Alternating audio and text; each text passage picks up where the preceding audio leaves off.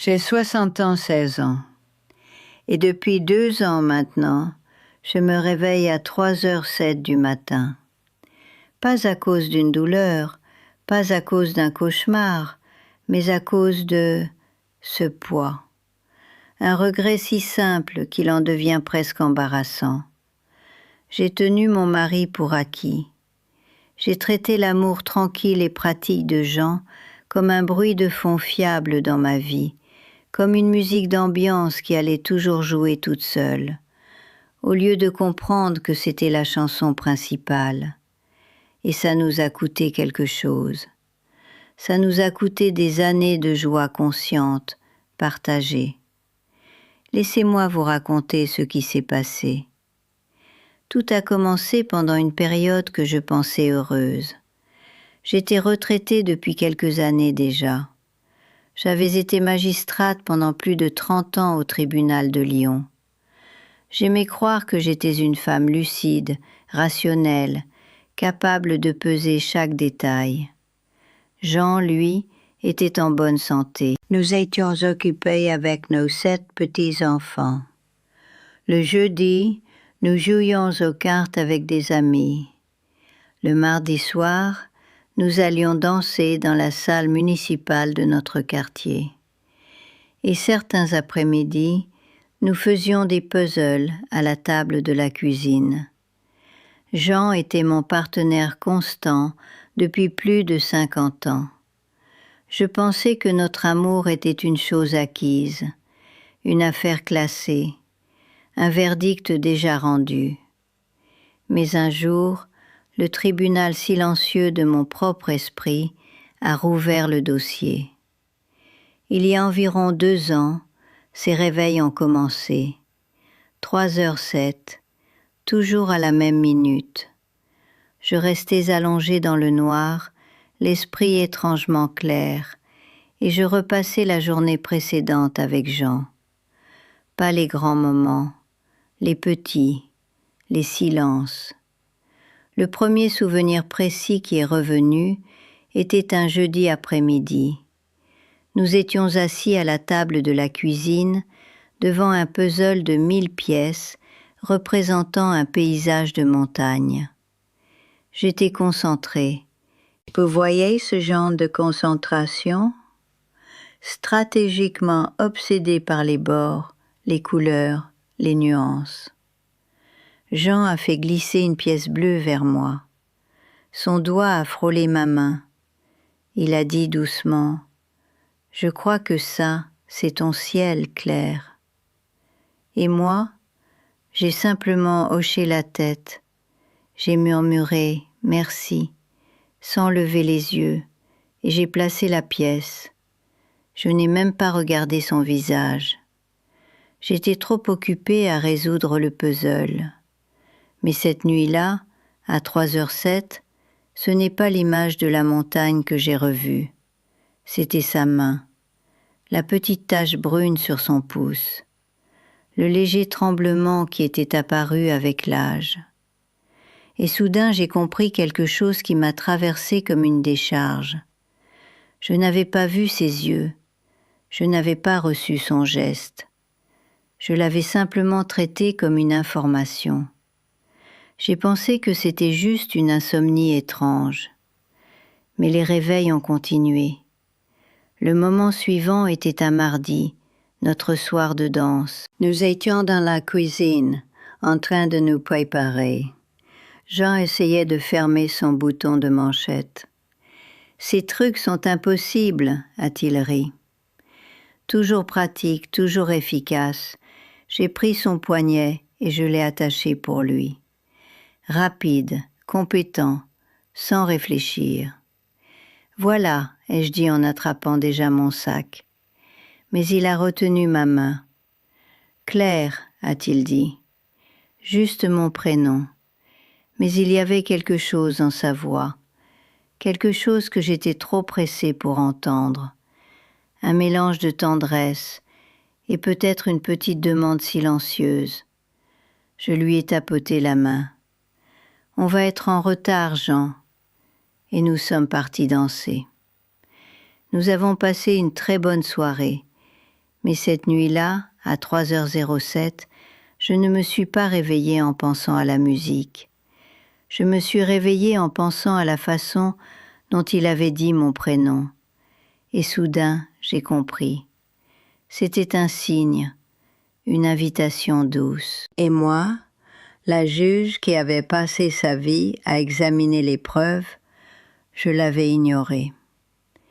La vie a continué, les cartes, les petits-enfants, les repas en famille. J'étais toujours la femme capable, celle qui organise, qui gère, qui règle les choses. Jean était simplement Jean, ma constante, jusqu'à ce qu'il ne le soit plus. La dernière nuit était complètement ordinaire. Nous jouions au rami. Je l'ai battu, comme souvent. Il a souri, ce sourire chaud et généreux qu'il avait toujours. « Tu es toujours l'esprit le plus vif de la pièce, » m'a-t-il dit. Je me souviens avoir ressenti une petite fierté. Honnêtement, j'ai pris ce compliment comme quelque chose qui m'était dû, pas comme le cadeau qu'il était. Je me suis couchée convaincue que tout allait bien. Je ne savais pas que c'était le dernier compliment qu'il me ferait. Je ne me suis pas réveillée naturellement cette nuit-là. Je me suis réveillée à cause de la lumière crue du couloir et de voix basses. Il était 3h07. Il y avait des pompiers dans notre chambre. Jean était allongé à côté de moi, immobile. Un AVC massif pendant son sommeil. Pas de bruit, pas de lutte, juste le silence. Le silence le plus assourdissant que j'ai jamais entendu. Ma constante venait de disparaître. Les premiers jours ont été un brouillard. Le chagrin était physique. Mais sous la douleur, une autre sensation a commencé à apparaître, plus précise, plus tranchante, le regret. Les réveils de 3h07 sont revenus. Mais cette fois, ils n'apportaient pas des indices, ils apportaient le verdict. Je voyais chaque regard manqué, chaque tonalité ignorée, toutes les preuves de son amour pratique. Le thé préparé, les journaux mis de côté, sa présence silencieuse à côté de moi. Et moi, j'avais classé tout ça sous la rubrique « normal ». J'avais jugé ma propre vie réussie, sans comprendre ce qui en était le cœur. 2 ans ont passé, la douleur aiguë s'est calmée, mais 3h07 reste. Mon médecin dit que je suis en bonne santé pour mon âge. Mon cœur physique fonctionne parfaitement, mais mon autre cœur, pas vraiment. Parce que maintenant je comprends quelque chose. 3h du matin est l'heure où le bruit du monde disparaît, et où votre âme vous présente la facture de ce que vous avez négligé. J'étais tellement occupée à être la femme sage, la partenaire efficace, que j'ai oublié d'être une épouse présente. Après la mort de Jean, la maison de Redon est devenue incroyablement silencieuse. Un silence différent de celui de la nuit. Celui-ci durait toute la journée. Je faisais une tasse de thé, pas 2. Je mettais la table pour une seule personne. Et dans ce silence, les souvenirs arrivaient partout, pas seulement à 3h du matin. Un après-midi, environ 1 mois après l'enterrement, je triais ses affaires dans le bureau. Notre fille Marie m'avait proposé de m'aider. J'ai refusé. Je pouvais gérer. J'ai ouvert un tiroir de son bureau, et là j'ai trouvé une petite pile de mots croisés découpés dans le journal, mes préférés. Jean faisait toujours ça. S'il voyait que j'en avais commencé un le matin et que je ne l'avais pas fini, il le découpait et me le gardait. Depuis des années. Je suis restée là, avec ces feuilles de papier dans la main, incapable de respirer. C'était un geste si petit, si discret, Et j'avais accepté ça comme si c'était le service d'un hôtel, comme si c'était normal. Je n'avais jamais levé la tête pour lui dire « Merci de penser à moi ». Jamais. Un autre souvenir me hante. L'année dernière, notre petit-fils Léo, 8 ans, était assis à la même table de cuisine avec un puzzle. Il s'est bloqué. Il a glissé une pièce vers moi. « Mamie, ça va ici ?» Exactement le même ton que Jean, doucement, comme une offre. Et cette fois, je l'ai regardé, vraiment regardé. Ses sourcils froncés, ses yeux pleins d'espoir. Je lui ai pris la main et j'ai dit « Oui, tu as raison, c'est exactement là. » Son visage s'est illuminé et ça m'a frappé comme un coup dans la poitrine, parce que je faisais pour Léo ce que je n'avais pas fait pour Jean. Je le voyais. C'est là que j'ai compris quelque chose d'important. Jean n'était pas un homme de grands gestes romantiques. Il n'offrait pas des bouquets. Il écrivait rarement des mots d'amour. Mais il était un homme qui chauffait la voiture l'hiver, réparait une planche branlante sur la terrasse, gardait mes puzzles. Son langage d'amour était l'action, stable, silencieuse, pratique. Et le mien était devenu l'efficacité, organisé, géré, planifié. Je dirigeais notre vie domestique comme si c'était une salle d'audience. Mardi, danse. Jeudi, puzzle. Samedi, petits-enfants. Je gérais notre bonheur au lieu de le vivre. J'ai même fait ça avec la danse. Nous adorions nos soirées du mardi, mais moi je pensais toujours au pas, au rythme, à la posture. Jean, lui, chantonnait doucement, faux comme une casserole, sa main chaude dans mon dos. Il ne pensait pas au pas, il dansait simplement avec moi. Un jour, j'ai regardé une vieille photo de nous lors d'un bal. Nous sourions tous les deux, mais si vous regardez bien, mes yeux regardent par-dessus son épaule, probablement l'horloge. Ses yeux, eux, regardent directement les miens, dans toutes les photos, toujours, et je ne l'avais jamais remarqué. Le moment où tout s'est brisé est arrivé à Noël, le premier sans lui. La maison était pleine de rires, de papier cadeau, d'odeur de sapin.